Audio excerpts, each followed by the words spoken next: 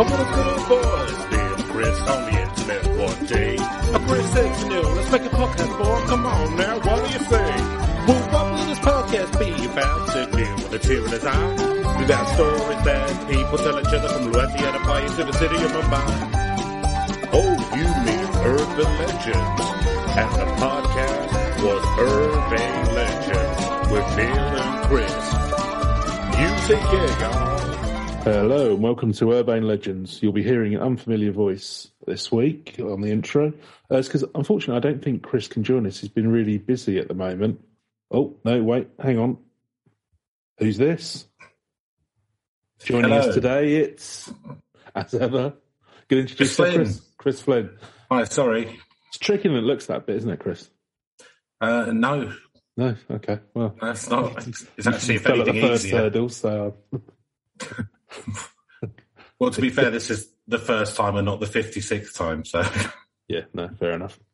So you've been busy recently, haven't you? So I didn't think you were going to make it with us today. Yeah. So I've got space in my diary. I'm not sure why. So are you still denying it, going for leadership of the Tory party then, Chris? Well, look, I respect Mr. Johnson very much. I think he's done great things for this country. Yeah. I think there are some wonderful candidates out there. I would have to think very long and hard before potentially throwing my hat in the ring. But if it's something which the public feel that they would insist on me doing, then it would be something that I'd have to give serious consideration to. You've become a real candidate on Conservative Home, I think, with your, stoking of the culture wars recently. You want to take us a little bit more into what you've been doing there? Well, I very much realise that broad tent conservatism no longer works. I feel that our best chance to push our agenda forward is to provide different subjects to create more division between people, because very much divide and rule has proved over many centuries to be an excellent way of staying in power. Do you not think that kill the poor is a divisive policy slogan? Well, if that was the case, would we have been in power for the last 13 years? That's an excellent point. I can't really argue with that one. Well, exciting times. Well, I mean, it's going to go. What do you think's next for your campaign? Well, I mean, who said there's a campaign, Bill? I certainly haven't. You're putting words in my mouth, you cheeky boy. Look, I'll go home and I'll have a long conversation with my pillow wife, and we will discuss whether we think that it is something that would be a good move moving forward. I'll discuss it with some of my colleagues, such as both my cats. And, I would just say, keep an eye on this space come Monday morning. There's many in the anime community who feel it'd be very liberating to have a first Prime Minister with a pillow wife, aren't there? And funnily enough, there's a lot of those are also fans of Jacob Rees-Mogg, polling indicates. So, yeah, well, let's just say me and Mr. Rees-Mogg have maybe had a few conversations, and I may have found quite a strong ally there. So he's not as off-putting in the flesh as he looks on television. Oh, he's far more off-putting in the flesh. No, he's far more off-putting. But I think with my strong base of grown men who still have nannies and the anime community, I think that's a strong base for my incredibly divisive manifesto moving forward. And you don't feel that your expenses claim putting in for a holographic porn suite 5 years ago is going to come back to haunt you, do you? No. I mean, some people might use it for porn. I used it for focus grouping, so it's actually a legitimate expense. Oh, well, fair enough. Fake news, clearly. Well, we'll move swiftly on. So we're going to be talking about Lorona today, Chris. How do you think? Do you think this has confused people who have listened to the podcast before? It's confusing me. So. Fuck them. Yeah. We thought we'd shake things up a little bit. Yeah. So Lorona. Yeah. So I mean, are we not going to talk about what you've been up to, Neil? We can do. Oh, yeah. I mean, I believe that you're the only reason I'm really talking to you is because you're the best goddamn pilot this Navy's ever seen. Is that right? Well, let's just say I made a little movie called Top Gun. I'm not saying it was about me, but I'm not saying it wasn't about me. Not saying you weren't consulted. And the fact that there's a sequel, I'm not saying. And is it true that your call sign was the flute? The flautist, yes. Yeah, because of my soft fingers. And soft fingers, the way that you glided mysteriously through the air, but when it came to combat, you could jazz it up. Exactly, yeah. Yeah. Beautiful, melodious flying. Are you still on that vengeance mission from when those terrorists shot down your best buddy? I mean, I'll never get over it. I mean, I have killed them and all of their family, but I still don't feel that's gone far enough. My lust for vengeance remains unslaked. And until everyone's dead? It'd be a start. And then off to space with me. Yeah. Find something else to blame and kill there. Well, this is the one, I think, they've got big rockets on the back. Why not strap sort of, some cannons and nuclear missiles to the space shuttles?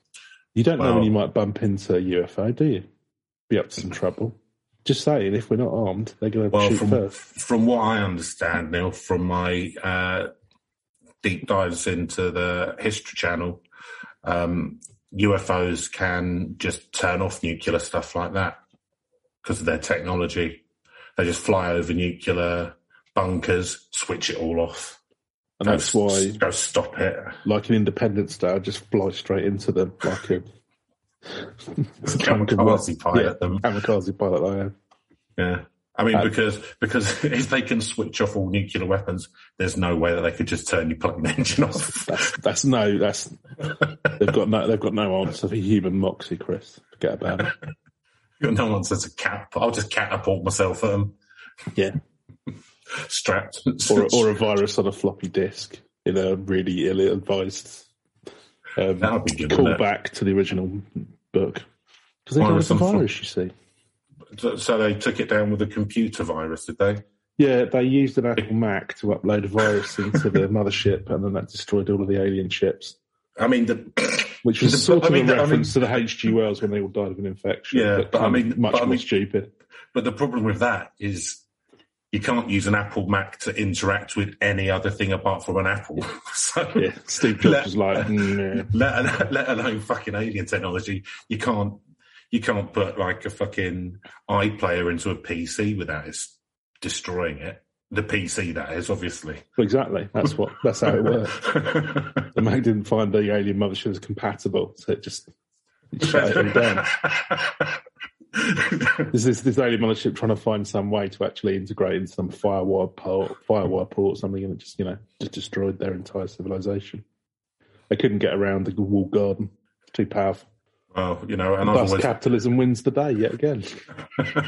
and to think I've always been quite critical about the incompatibility of Apple products with anything else. Save the world.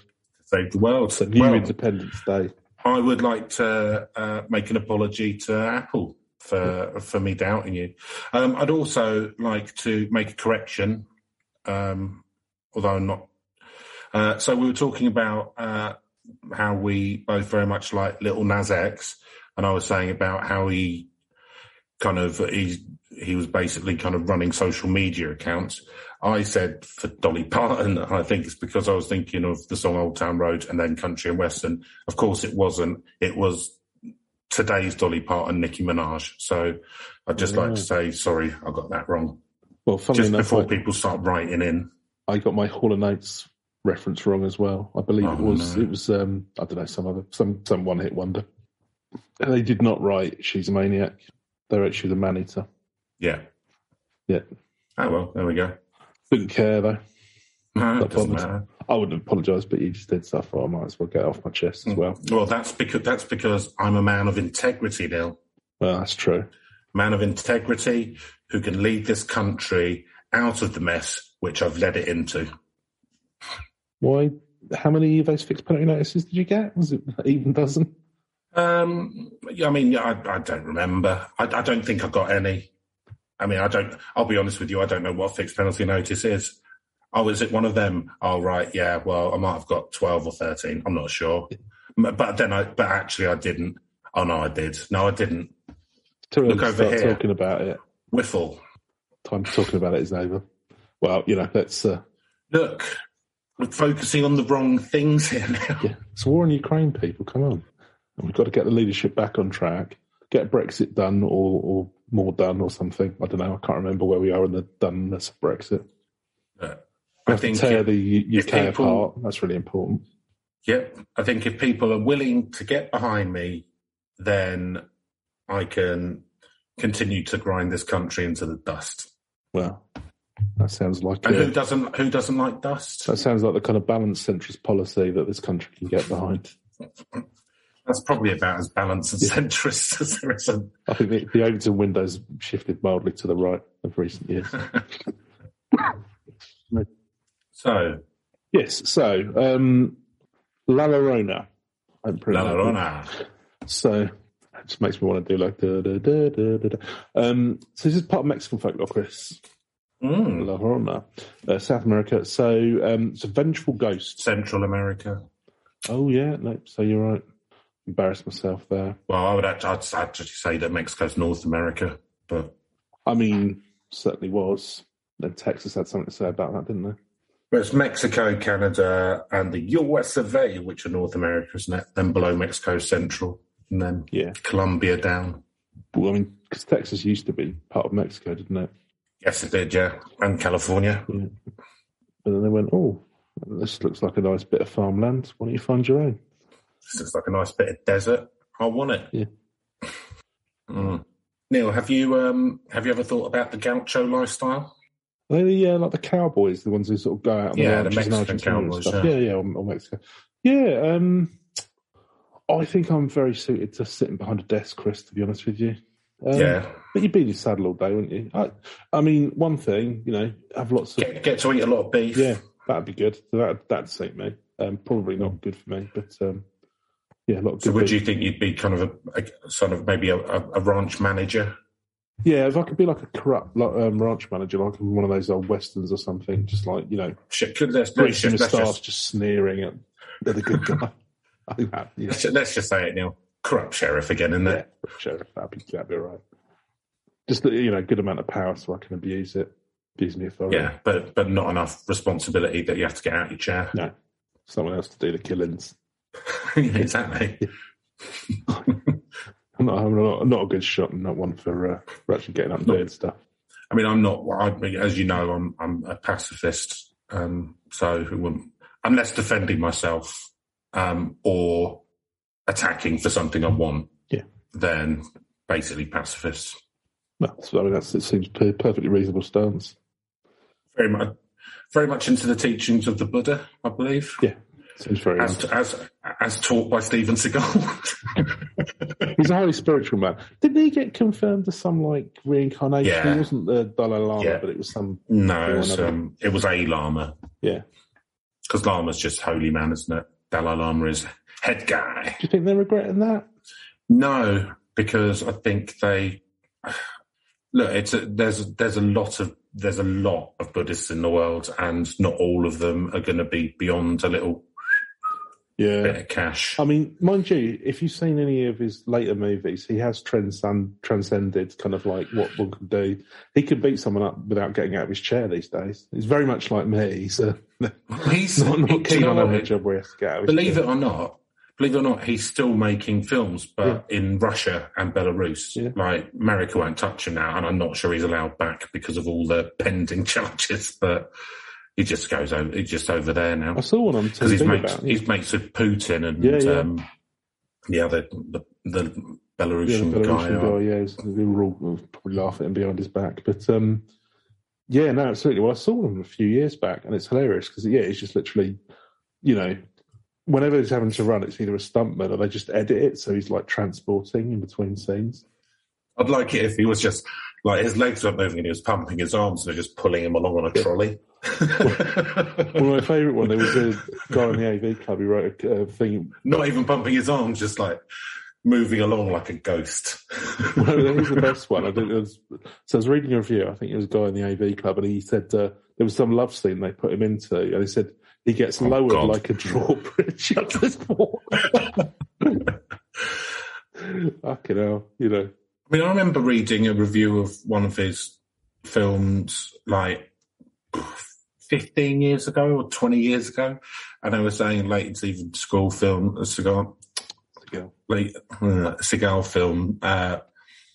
He looks like he's been more into the pork chops than the karate chops, and this is like 20 years ago. To be fair, I mean, I don't really like any of his films, but I do like the film Exit Wounds, which is it Exit Wounds? No. Yeah, it is, which he's in, but it's also got DMX in it, who's excellent in it. Okay. Jet Li, who's excellent, and Aaliyah, who, you know, God rest her soul, and DMX, God rest his soul. But it's an all right film. You know, it's for a bit of something to watch. Like, it's good. Yeah, well, like the only ones I can remember I've seen of his is there was. I mean, if you surround him with good people, then like Under Siege is all right because you got like I think it was Tommy Lee Jones or whatever, just having a bit of fun. So that was pretty good. And he was on something with Michael Caine, but having that up. But that wasn't too bad. I mean, it was crap, but it was enjoyable rubbish. But yeah, he's never really struck me as a particularly good action star. No, I mean, like, yeah, I've listened to a lot of stuff about him recently on different podcasts, it's done. But not just that stuff, like the stuff about, like, I mean, just a thoroughly unlikable guy, like right from the get go, and also like trying to get someone to kill someone because they criticised him, and then going, "What? No, I'm not doing that," and then the mob paying for him, like giving him money to do a certain amount of films, and then him not doing them all, and then them putting out a hit on him, and then him turning states on them, and all that kind of stuff. It's just like fucking weird, weird, horrible person. And it's weird, you know, and somehow rewarded for it. But there we go. Anyway, let's keep it light. Yeah. Mexico, 1927. Yeah, it's going to be colonial era Mexico. So it's going to be. I think it stems back a little before that, but I think there's a blend of that that's sort of gone into it because obviously it's a bit of pre-Columbian folklore, I think, but it's that's the right term. So we'll start with the wiki page actually. Why put more effort in than required? So in Mexican folklore, La Lorona, the weeping woman or the wailer is a vengeful ghost who roams waterfront areas mourning her children whom she drowned. I mean, was she a member of? Is she the one who did the songs of Bob Marley? Doesn't say. Speculation. Move on. No, we're just gonna have a minute's silence while you reflect on that one, Chris. I don't reflect on anything, mate. Think about the things that you've done. Wouldn't be here after all these episodes if I did. Fair point. So there's quite a wide variety of details and versions apparently. So the typical version of legend is a beautiful woman named Maria who married a rich ranchero or conquistador, depending on which one you want. I would have thought they were quite different. A ranchero would be a cowboy, wouldn't it? A conquistador would be something. Be a rancher or a conqueror. Yeah. But she bore him 2 children. And one day, she saw her husband with another woman, and a fit of blind rage drowned their children in a river, which she immediately regretted. So far, so very Medea. Me and my temper. Unable to save them and consumed by guilt, she drowns herself as well, but is unable to enter the afterlife, forced to be in purgatory and roam the earth until she finds her children. So, I mean, I think there you're instantly getting into, because, well, I don't know, but I can't imagine the concept of purgatory was around in kind of like pre-invasion sort of Mexico. Yeah. I don't know. That would have. Yeah, it sounds a Catholic idea. Yeah, it's very. Yeah. Not that I'm very hot on Mesoamerican religion. I was going to say, I don't, because I think it would have been Aztec around Mexico. I'm not entirely sure. It would have been the Aztecs, yeah. I'm not sure what the whole kind of was. Feathered snakes, I think get into it quite a bit. That's just Quetzalcoatl. There are others. It's good. Yeah. But yeah, I'm sure there are. Don't know. Not familiar with the pantheon. But it sounds Catholic. Yeah, certainly the whole the purgatory piece. But and another version of the story, the children are illegitimate, so she drowns them, so the father cannot take them away to be raised by his new wife. I mean, you know. Yeah, woman scorns and all that, isn't it? Yeah, true, you know. And it's funny actually because that is fit into like Greek myth and stuff as well, where they have this kind of, you know, the vengeful mother, but then who sort of regrets it. Well, I suppose it's quite a powerful kind of thing, isn't it? Mother killing her own kids. Yeah, yeah. I don't know. Like, go and kill the bloke. Yeah, it seems like it'd be more reasonable, really. It's not the kid's fault, is it? Although I suppose, if anything, if your first reaction when you hear that someone's leaving you is to kill their children, then I can kind of see why the person's leaving you. Yeah, it does raise a red flag at best, doesn't it? You may seem. I mean, maybe have a little look at yourself there. Do some breathing exercises. I mean, you seem quite highly strung. I mean, I'm not saying like breakups are never easy, but is killing kids the answer? Kill the bloke if you got to kill anyone. Do you know what I mean? No, fair enough. I was just going to say, well, maybe sometimes, but yeah, probably. Well, they're a bit annoying there, Chris. What? Well, then, but then what's your problem with them being taken to the new wife? You don't want her being happy, though, do you? Why not? Well, I mean, if they're annoying, then she's not going to be, is she? Yeah, that's true. And I will bid you adieu. Logic. So, there's so the recurring theme in variations on the myth include a white wet dress, nocturnal wailing, and association with water. So there's this kind of and it's saying here that the mother archetype of La Lorona has been tied to patriarchal expectations of women in Mexican culture by some authors, historians, and social critics. They often consider. Do you mind if I quickly jump in here, because this is certainly not the only myth that I've heard of this happening. This seems to be another one of those ones which is quite global. Yeah, well, is it Medea, the Greek myths, where there's a similar one where she kills her children because she gets left by, I think it's Jason and the Argonauts, geezer. Agamemnon or something? Yeah. No, he's not in. No, he's not in the Argonauts. I think it's one of those kind of baked into human consciousness myths to dissuade mothers from killing their kids. To be honest, yeah, it is. Not that I'm saying that they do, but that this is the worst thing. Like, don't do this because you'll end up fucking horn. Like, you won't go. Like, you'll regret. Don't do it. They might be crying and you might be tired, but just don't do it. Yeah.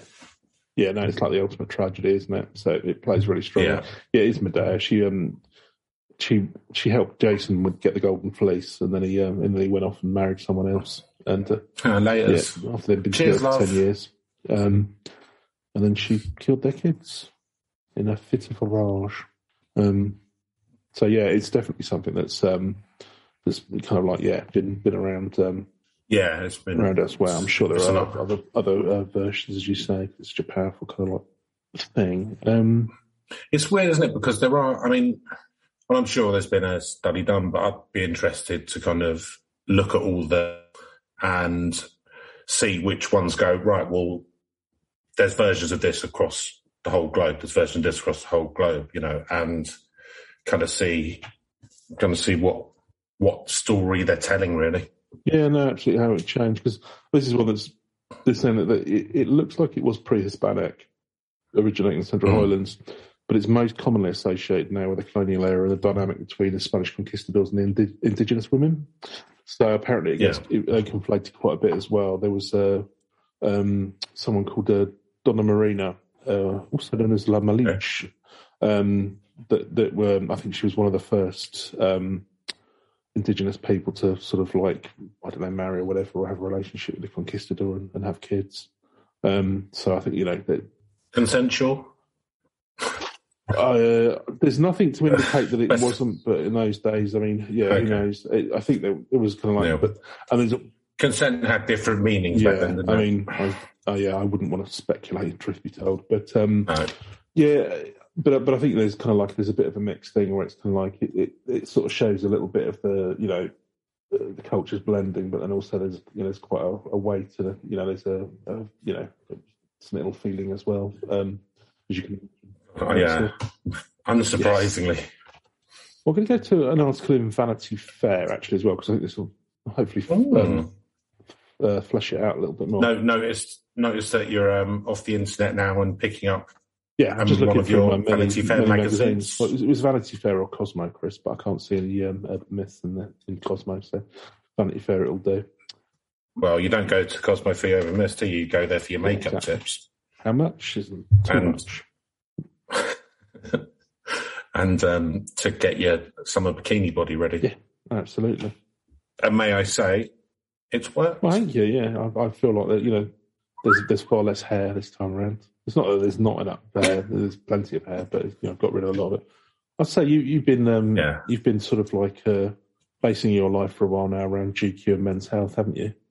Oh, Men's Health, yeah. That why you're a paranoid 100%. Lunatic?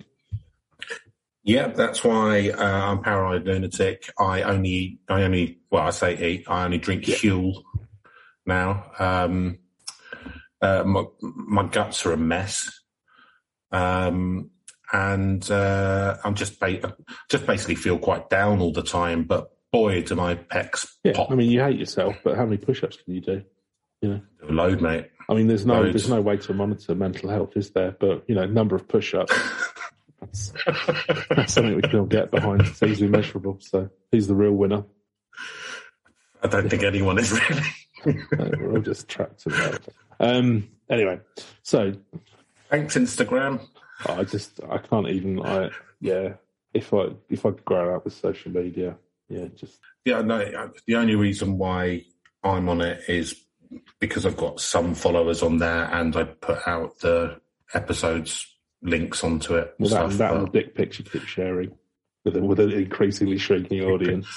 Yeah, the dick pics keep sharing, keep sliding into. Oops, women.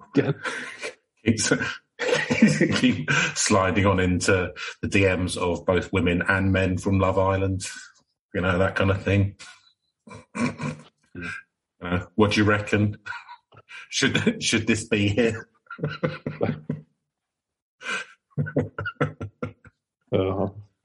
Do you reckon I should go to the doctor? I mean, the wart's bigger than that. No, let's not get into it. So, generations of Mexican children have grown up afraid of La Lorona, a wailing woman whose misdeeds in life have left her spirit trapped on Earth, where she torments little children. She's the stuff of legend. Has she not done enough children's shit already? Apparently, murdering her own way is good enough. Now I'm gonna become patron saint of pissing off kids. I mean, kids are quite annoying, don't get me wrong, but you've mentioned that a few times. I'm starting to sense a theme. No, I wouldn't know. You wouldn't torment kids for saying hard enough already. Grown up in the current environment, you what? I think it's with the pandemic and everything else. I think it'd be quite hard. I wouldn't want to be 14. I'm not the one who's got the problem with kids now. I thought the one who set out his stall as basically the child catcher from Chitty Chitty Bang Bang. Well, gotta make your money. But hate the player, respect the grift. So, right, she's the stuff of legend, a myth. the child snatching game. Maybe shouldn't play that game. No, it's not. She's the stuff of legend, a myth and spooky bedtime story whose origins date back hundreds of years. And on Friday, we're wading into an editorial left there, she will make her way to the screen once more in Warner Brothers' The Curse of La Lorona. When is this from? There's a film coming out. This is from 2019, by the way, so this film we can probably go and find it on Netflix at some point. There's a photo, actually, which is presumably a still from a film. So we got... I mean, it looks kind of like a bridal gown, I guess. I don't know. It's sort of like very dirty white dress and like a torn veil over the face. Well, you can't go swimming in a river in a bridal gown and expect it to come out crispy white. Unless you've added a lot of chlorine to that. I mean, a simple read of Cosmopolitan will tell you that. Wedding mistakes I wish I'd never made. While swimming in my bridal gown ahead of the ceremony. drowning two kids and going for a swim in a river. It just seems so logical at the time. But live and learn, Chris, live and learn. I don't know. He who's not sinned, let him cast the first stone, that's what I say. I've had one too many Bucks Fizz. So although the terrifying figure has not always won over critics, the legend that first cemented in the popular imagination remains as transfixing as ever. For horror fans and ghost story lovers alike, La Llorona's is a tale worth knowing. So the story the story varies a little depending on who tells it, but just simple. Woman named Maria marries rich man, has 2 kids. Marriage hits a rough patch. He's less and less at home. When he is at home, he's only paying attention to the kids. What's wrong with that? Being an attentive father. Oh, she needs love as well, Chris. I mean, and do you know what? But in those days, that's he's way before his time paying attention to his kids. Whenever this was set, she gets jealous of the children. Seems like it. I think I mean, I don't think we're dealing with the most stable of decks, to be honest with you here, Chris. I don't think so. Knowing where this ends up, but here we go, naughty boy. Eventually, she sees him with another woman. Enraged beyond reason, some versions claim Maria drowned her 2 children, but immediately regretted it, crying out, "O mis hijos," translation, "O my children," or "O my sons." She's sometimes said to have drowned herself afterwards, but when she arrived at heaven's gates, she was denied entry, banished back to purgatory on earth. What? Until she could find her children. Yeah, that'd be a little conversation with St. Peter, wouldn't it? Oh, you think you're coming in? Okay, let's go over the thou shalt not kill bit again. And do you know what? We didn't put in the one about your own kids because we didn't really think we'd have to specify that. Well, should have, shouldn't you? Wouldn't have done if I'd known. Well, do you know, Peter's going, but do you know what, it doesn't matter if it's showing kids. The not killing bit kind of is a catch-all for not killing. So it's not really about who you're killing. Could be your own kids. Could be someone you meet on a train. Doesn't matter. You shouldn't kill either way. Look, you're not coming in. Well, if I'd known that, so what am I meant to do? Go wander the earth, I suppose. Until you can find her lost children. Well, you can probably go back now. You're not going to find them. They're dead. Go and have a look in the pool where you put what I thought would be not going anywhere, are they? Just go and have a look at the bodies. I don't know. Maybe she's meant to find the spirits. I don't know. That's what St. Peter suggested, was he? He's just trying to get rid of it. I've kind of interjected the St. Peter character like a bouncer into this scenario, but yeah.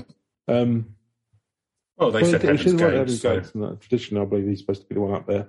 Very much, as you say, the bouncer. He's the bouncer, isn't he? There with his shades on and his earpiece. Trainers in heaven? No, I don't think so. How many of you lads died together? No, sorry. No, sorry. Can't tug it all in. No. Too many fucking sausage party already. Not tonight, lads. Not tonight. You go off and do purgatory for a bit. We'll say, you come back Wednesday night. We're a bit less busy. We'll see. Well, you just let them in. No, I said no, lads, right? Yeah. Yes, look, the answer's no, lads. Now move, or things are going to get a bit tasty. And like all bouncers, I have carte blanche to cause violence to people on the street with complete immunity from the police, despite the fact that it's illegal. But to be fair, though, he's got his badge, so you know. Yeah, badge doesn't actually give you... You're allowed to remove people from a private premises. You're not allowed to attack people. If by remove you mean violently assault, then yeah. Well, private property, isn't it? If you don't like it, then I've got to come to heaven, have you? Go to limbo. Or fuck off to limbo. Fuck off to limbo. Get out. Get out of my face. So now the legend says she floats up. You get to limbo. How many are you, lads? Nah, sorry. No, sorry, lads. Go home. Right. I can't go home. That's actually how you get ghosts. Well, you can't actually persuade the bouncer in Heaven's Gates to let you in. Yeah. Or limbo. Nah. So she floats over near bodies of water in a white funereal gown. Yeah, white isn't really funereal, but forever weeping as she searches for her lost children. And some versions of the story say she kidnaps or attacks children. Others say she attacks cheating husbands. So there you go, Chris. That's a bit more. There you go. That's well. But having said again, that, we don't know. Two sides of the story, etc. Yeah, but again, like attack your own cheating husband. Don't get in other people's business. Well, you don't know what's going on in there. I think the ship has sailed on reasonability for Lorona. To be fair. Well, try and talk her down. Good luck with that. Yeah, I'm a wraith of torment now. Oh no! What? It's the one thing we didn't want to happen. Says St. Peter. We built St. Diana's water feature on fucking Lorona's ground. Oh, fucking hell. What have we done? Dead kids all over the fucking place. Right. So when you hear her cries, the director remains the same, run away. So yeah, don't get involved. So don't try and talk her down. Just leave it. Just leave it. This isn't someone that I can. You know what? Some people charm out of. They need a different type of help. And if you're not a professional expert or like a parapsychologist. I mean, because you're going to need two distinct skill sets here. I would imagine one, the ability to commune with ghosts, and two, like grief counselling or something like that. Yeah. And that's there can't be many with both. Hitting both of those. I mean, as we've said before on the pod, Chris, parapsychology is perilously underfunded. It's ridiculous. Ridiculous. Again, I call out to Elon Musk to put some money into this because it will be profitable in the future. It's an absolute great industry. Getting on the base, basically. If you really are the real life Iron Man, then please start putting some money into parapsychology. We as a human race beg of you, our spiritual king. What am I to do if a ghost starts haunting my house? I've got no. Well, I mean, we've got workarounds, haven't we? Because we've had to. David sold posters to witch actors' wards, but not everyone knows that, Neil. Yeah. We only stumbled across it. Thorough investigations over the years in many of these things. Anyway, hey, we've said that bit. So, he's inspired and influenced quite a few movies over the years. So, there was a 1933 Mexican film, La Lorona, a 1963 Mexican film called La Maldición de la Lorona. I'm going to attempt to do that. The Curse of La Lorona. 2006 KM31 or Kilometro 31. KM31. I wonder what that's about. Okay. I wonder if that's like a street or something. 2013's Mama. Which had Guillermo del Toro involved. That'd be worth a look. Okay, so they made quite a few films out of this. Yeah, it seems the latest pretty big, doesn't it? Legend, The Curse of La Lorona, stars Linda Cardinelli as a non-Hispanic white woman whose late husband was Latino. Much of the film's supporting cast, however, is Hispanic. Commitment's ground. You'll get a white woman in there, who's the main character. There's there's literally no good Latin actresses, is there? Think of any, None at all. Can't think of one. So, it's received mixed reviews. Fucking Hollywood. Yeah, we've got some notes. Could the main character going to be a Mexican person be white? Really? We do. We're willing to concede that the cheating husband can be Latino. Yeah, because that's weird. I mean, that really rings true to our middle American audience. So what's the moral of the story? Don't marry a Mexican man, basically. Right, I think you're missing it. Guys. And they go on and just sort of like, bang on about what the film's going to be about. But make no mistake, for a good number of the film's cast and crew, making the film was an experience that recalled chilling childhood memories. So Patricia Velasquez, who plays Patricia Alvarez in the film, told Bustle at a junket that when she was growing up in Mexico, La Lorona felt quite real. It's really how our parents make us do what they want to do. Yeah. Like every single thing that we talk about. Make sure you come at 5, otherwise La Lorona is going to come and get you. And it didn't help. Apparently, there were some creepy supernatural occurrences on set. Half the crew actually does believe that the house we shot in was haunted, and there might have been something to that. Chavez lied. I've put the lie in there. Added Velasquez, I think Lorona was there just making sure we were doing right by her. It's a bit late to worry about PR, isn't it? I think that exactly work? Like, all right, I don't mind you putting in a bit about the dead kids, but I don't mind you replacing me with a white woman. They've literally not done right by her. I'm willing to concede that will, improve the film's marketability in North America. Right, fair enough, right? I mean, look, I may be a 500-600-year-old apparition of vengeance. I know about production travails of Hollywood, and I'm a pragmatist. I'm a very pragmatic Ray. It's I just wanted to make sure the continuity was right. You've done representation with all of the characters who are less important. So yeah, fair enough. What do people want? Okay, so I just looked up some sightings on Legends of America, Chris. There's been some sightings. Well, that's unusual. Wasn't expecting that. So when Patricio Lugan was a boy, he and his family saw her on a creek. They were sitting outside talking and saw a tall, thin woman walking along the creek. She seemed to float over the water, started up the hill and vanished. However, just moments later, she reappeared much closer to them, then disappeared again. They looked for footprints and sort of blinking in and out. The woman they had seen was Lorona.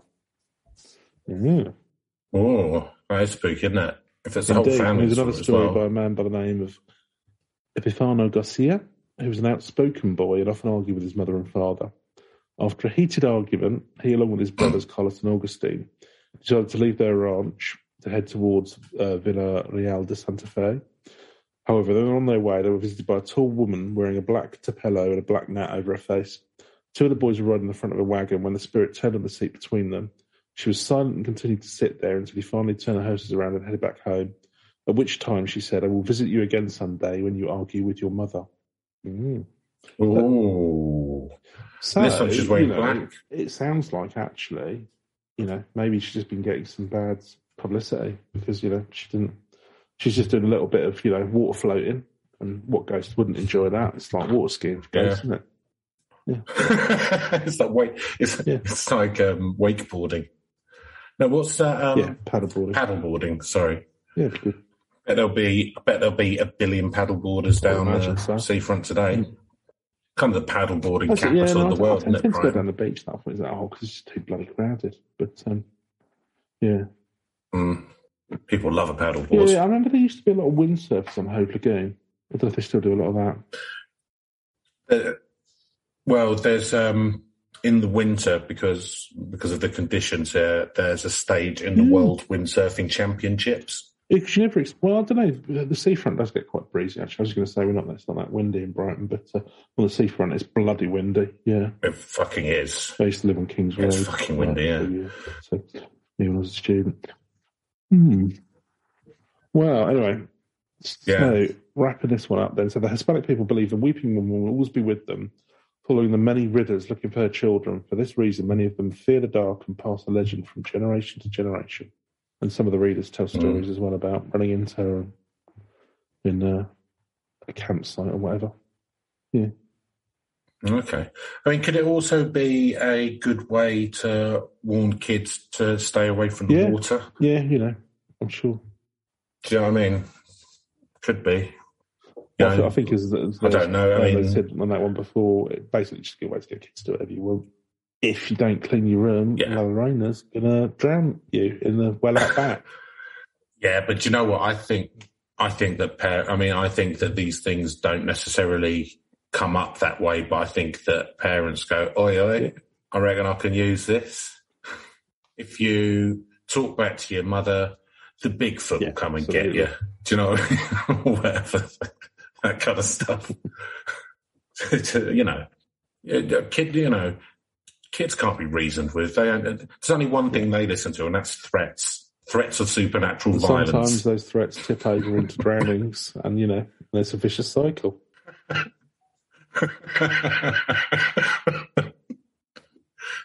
Yeah, it's a shame, isn't it? It's going to happen, but sooner or later, isn't it? You know, that's just a numbers game, surely.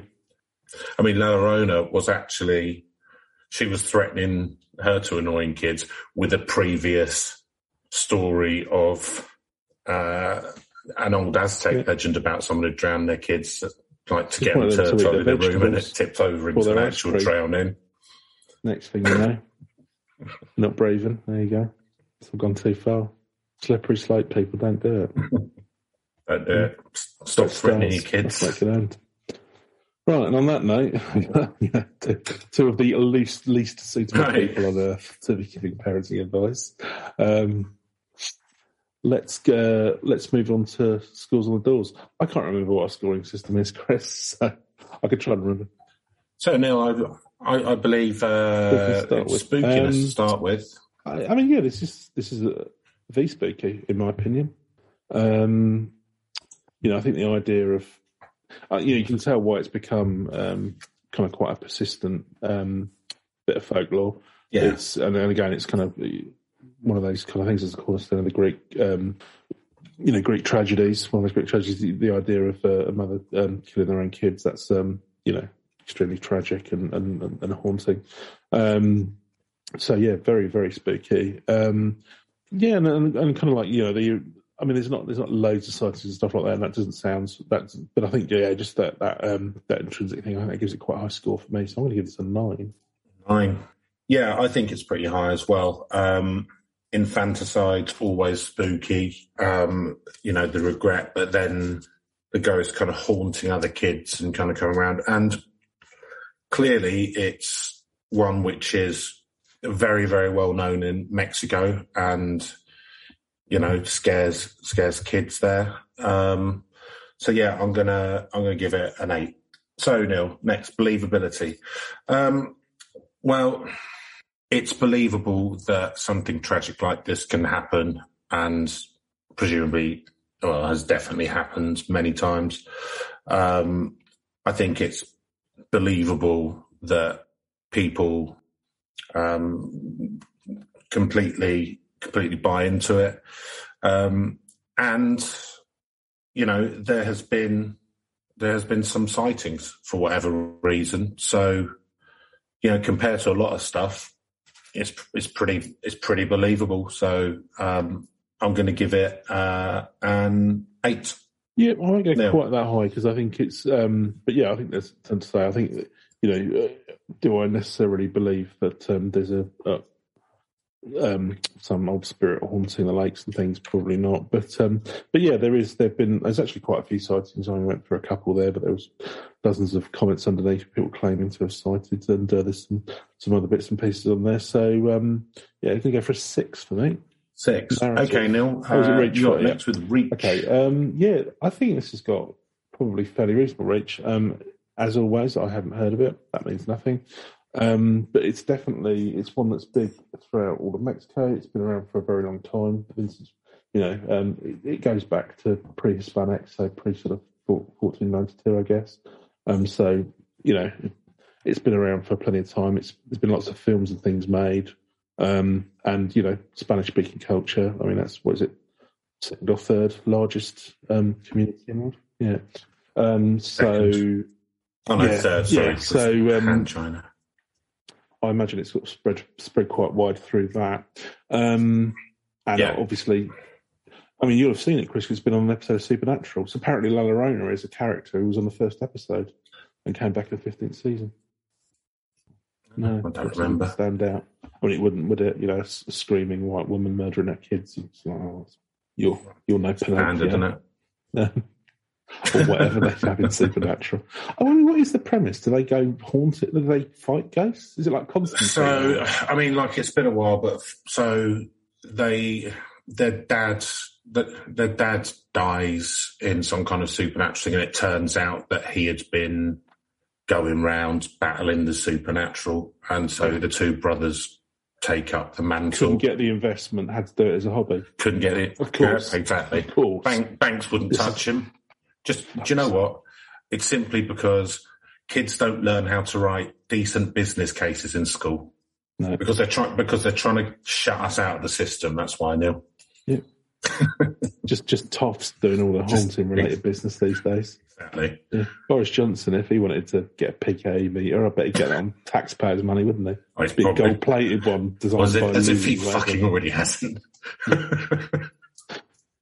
just for the sake. Just to run over his hair every morning.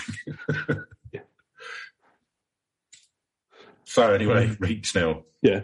So yeah, quite decent reach for me. I don't think it's a worldwide one, but I imagine it does have pretty good reach and been around for a long time. So I'm going to give it a 7. 7. So I think it's got a good reach. I mean, there've been loads of films about it. And so I would say its reach within the media is big.